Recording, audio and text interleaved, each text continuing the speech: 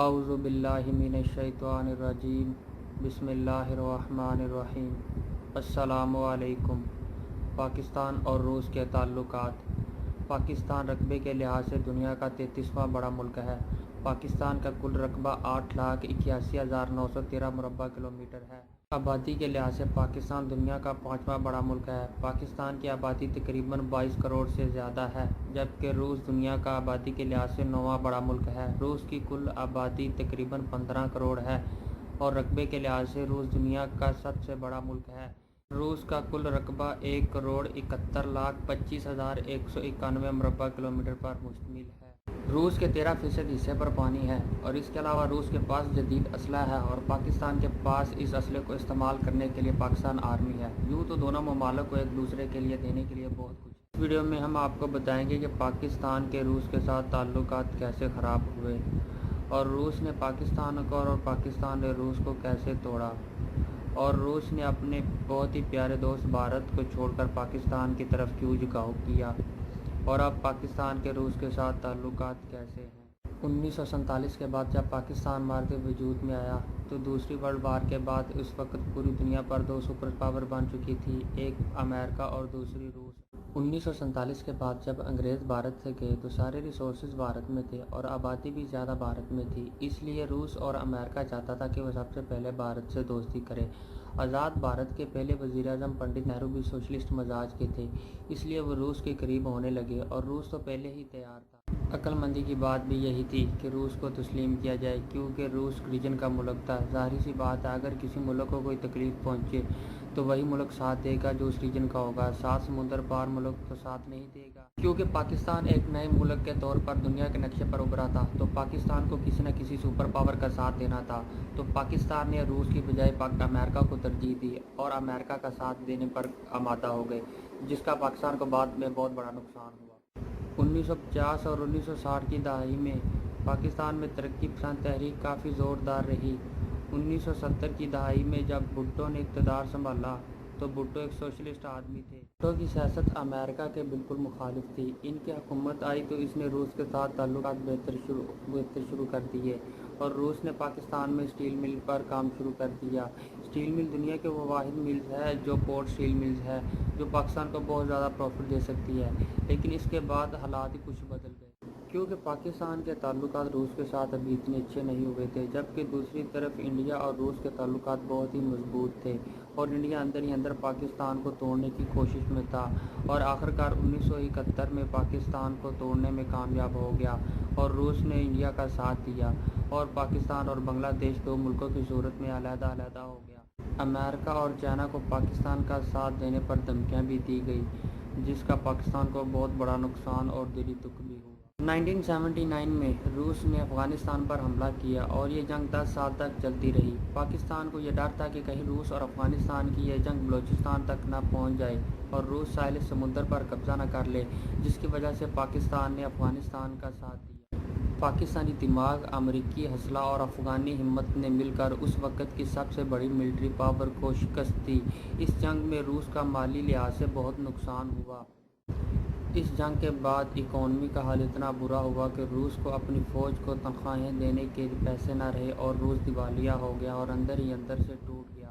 1991 تک روس سے 15 آزاد ملک الگ ہو گئے اور یوں روس کو بہت بڑی شکست کا سامنا کرنا پڑا۔ کیونکہ روس ٹوٹ چکا تھا تو امریکہ نے بھی پاکستان کے ساتھ اپنا حساب کتاب برابر کرنا شروع کر دیا، کیونکہ امریکہ اکیلا ہی سپر پاور بننا چاہتا تھا۔ روس اور افغانستان کی جنگ کے دوران پاکستان ایٹمی طاقت بننے کی کوشش کر رہا تھا، جس میں پاکستان نے بھرپور کامیابی حاصل کی۔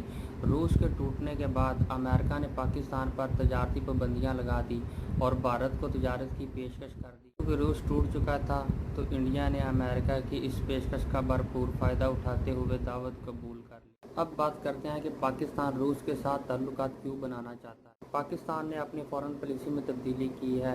پاکستان اب دوسرے ممالک کے ساتھ بھی تعلقات بہتر کرنا چاہتا ہے۔ دوسری طرف پاکستان اور امریکہ کے تعلقات اتنے اچھے نہیں ہیں۔ پاکستان امریکہ پر انحصار نہیں کر سکتا، اس لیے اس نے روس کے ساتھ تعلقات بہتر کرنے کی طرف توجہ دی ہے۔ پاکستان پہلے ہتھیار امریکہ سے خریدتا تھا، لیکن امریکہ نے اب پالیسیز بہت سخت بنا دی ہے، جس کی وجہ سے اب وہ روس سے رجوع کرنا چاہتا ہے۔ اب بات کرتے ہیں کہ روس اور پاکستان نے اپنے ماضی کی کشیدگی کو بلاتے ہوئے دوبارہ نئے سرے سے دوستی کا آغاز کب اور کیسے کیا اور کیا کیا اقدامات ایک دوسرے کے لیے سر انجام دیے۔ امریکہ اور انڈیا کی دوستی گہری ہوتی گئی اور امریکہ پاکستان کو بھولتا گیا۔ پاکستان نے روس اور چین کے قریب ہونا شروع کر دیا۔ 1995 میں پاکستانی بدر 20 سیٹلائٹ بھی روس سے ہی لانچ ہوا۔ 1998 میں چاگی کے مقام پر جب پاکستان نے ایٹمی دھماکے کیے تو امریکہ سمیت سب ممالک یہی کہہ رہے تھے کہ ایٹمی قوت بہت بری چیز ہے، یہ نہیں ہونی چاہیے، جبکہ روس اس معاملے میں خاموش رہا۔ 1999 میں نواز شریف نے ماسکو کا دورہ کیا۔ 2002 میں جنرل مشرف اور صدر پیوٹن کی ایک یادگار میٹنگ ہوئی۔ تعلقات کو مزید بہتر بنانے کے لیے additional secretary of foreign affair Aziz Ahmed Khan نے 2002 میں روس کا دورہ کیا۔ اس میں تجارت، پولیٹیکل اور اکنامیکل ایشوز کو ڈسکس کیا گیا۔ 2003 میں جنرل مشرف نے ماسکو کا دورہ کیا۔ ماسکو روس کا دارالخلافہ ہے، جس طرح پاکستان کا دارالخلافہ اسلام آباد ہے۔ 38 سال بعد 2007 میں روس کے پرائم منسٹر مائیکل فیڈرک نے ہسٹوریکل پاکستان کا دورہ کیا۔ 2011 میں نیٹو کی جانب سے وزیرستان پر ڈرون حملوں پر روس نے پاکستان کا ساتھ دیا اور نیٹو کو دھمکیاں دینا شروع کر دی، جس پر روس کے اس فیصلے نے پوری دنیا کو چوکنا کر دیا۔ 2014 میں انڈیا کے منع کرنے کے باوجود دفاعی معاہدہ طے پایا۔ 2015 میں نارتھ سی گیس پائپ لائن معاہدہ طے پایا۔ 2016 میں روس اور پاکستان کی آرمی نے مل کر فوجی مشقیں اکٹھی کی، جس کا انڈیا کو بہت بڑا دھچکا لگا۔ انڈیا نے ان مشقوں کو ناکام بنانے کی بھرپور کوشش کی مگر ناکام رہا۔ اس کے علاوہ ایران گیس پائپ لائن ہے، اسی طرح پاکستان اسٹیل مل کو کھڑا کرنا ہے، ٹیکسلا میں ہیوی میکینیکل کمپلیکس ہے، گڈو اور مظفر گڑھ پاور پلانٹس ہے، تھرکول پروجیکٹس ہیں، تاپی گیس لائن ہے۔ اس کے علاوہ سینٹرل ایشیا میں جو بھی معاہدے ہوئے، یہی وہ ساری چیزیں ہیں جس کی وجہ سے روس ان معاہدوں میں پاکستان کا ساتھ دے رہا ہے۔ اس کے علاوہ روس سے ہتھیار خریدنے کے معاہدے پر بھی کام جاری ہے۔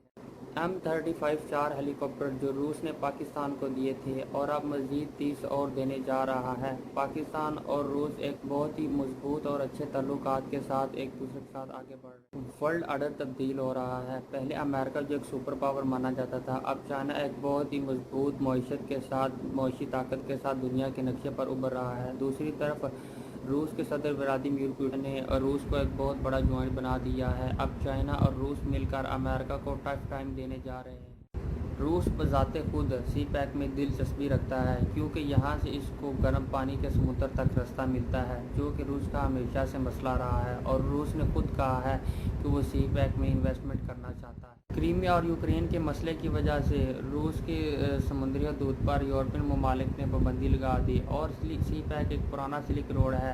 اس کی رستے سے روس اپنے بہت سے دوسرے ممالک کے ساتھ اپنے تجارتی مراکز قائم کر سکتا ہے، اور اس وجہ سے روس چائنا اور سی پیک کے ذریعے سے پاکستان کے ساتھ اپنے تعلقات بہتر بنا رہا ہے۔ امریکہ اور روس کی کولڈ وار کے بعد جو روس کو اس وار سے سب سے بڑا سبق حاصل ہوا وہ یہ تھا کہ جو انڈیا وہ کسی بھی مشکل وقت میں کام آنے والا ملک نہیں ہے، کیونکہ انڈیا پاکستان کی طرح نیشن اسٹیٹ ملک نہیں ہے۔ یہاں بہت سی قومیں اور بہت سے مذہب آباد ہیں اور جو مستقبل میں کسی بھی وقت انڈیا کو توڑ سکتے ہیں، جبکہ پاکستان میں ایسا کچھ بھی نہیں ہے۔ پاکستان میں علیحدگی پسند موومنٹ نہ ہونے کے برابر ہیں، اور جو ہیں وہ انڈیا اور امریکہ کے پھیلائے ہوئے ہیں۔ پاکستان اور چائنا کی گہری دوستی کے ساتھ ساتھ روس نے بھی پاکستان اور چین کے ساتھ گہرے تعلقات قائم کرنا شروع کر دیے ہیں۔ چائنا کے پاس ایک طاقت اور اکانومی ہے اور روس اور پاکستان کے پاس طاقتور فوج۔ چین یورپ کے ساتھ بہت زیادہ تجارت کرنا چاہتا ہے، اس لیے وہ روس سے گزرنے والے بہت سے اکنامک ڈور بنا رہا ہے، کیونکہ چائنا اور روس ایک بہت طاقتور ملک بن چکے ہیں اور امریکہ اس کے مقابلے میں بہت کمزور۔ اکانومی کے لحاظ سے چائنا اتنا مضبوط ملک ہے کہ امریکہ نے چائنا سے 11 کھرب ڈالر قرض لے رکھا ہے، اور روس اسلحے کے لحاظ سے اتنا جدید ہے کہ وہ امریکہ کو کسی بھی وقت نشانہ بنا سکتا ہے، جبکہ امریکہ کے پاس ایسا کچھ بھی جدید اسلحہ یا ٹیکنالوجی نہیں ہے کہ وہ کوئی روس کو نشانہ بنا سکے۔ چین اور روس نے مل کر پوری دنیا کی طرف نکلنا شروع کر دیا ہے، اور یہ بہت بڑا پروجیکٹ ہے۔ اگر ایسا ہوتا ہے تو ظاہر سی بات ہے کہ سب سے زیادہ پروفٹ شروع کے پارٹنرز کو ملے گا، اور پاکستان اس پروجیکٹ کا سب سے تیسرا بڑا پارٹنرز ہے۔ 2019 کے آخر میں روس کا ایک گروہ پاکستان آ چکا ہے، اور اسی سال عمران خان نے صدر پیوٹن کو پاکستان آنے کی دعوت بھی دے چکے ہیں۔ شنگھائی تعاون تنظیم میں پاکستانی وزیر اعظم عمران خان اور روسی صدر پوٹن کی دوستی کی خبریں کافی دیر تک چلتی رہی ہیں، جس سے ظاہر ہوتا ہے کہ روس اور پاکستان بہترین پارٹنرز بن چکے ہیں۔ آج چین، پاکستان اور روس کی دوستی بہت مضبوط ہو گئی ہے، کیونکہ تینوں ایک دوسرے کے ساتھ جڑے ہوئے ہیں اور آنے والے وقت میں ایک دوسرے کے لیے بہت مددگار ثابت ہوں گے۔ انشاءاللہ دعاؤں میں یاد رکھیے۔ اللہ حافظ۔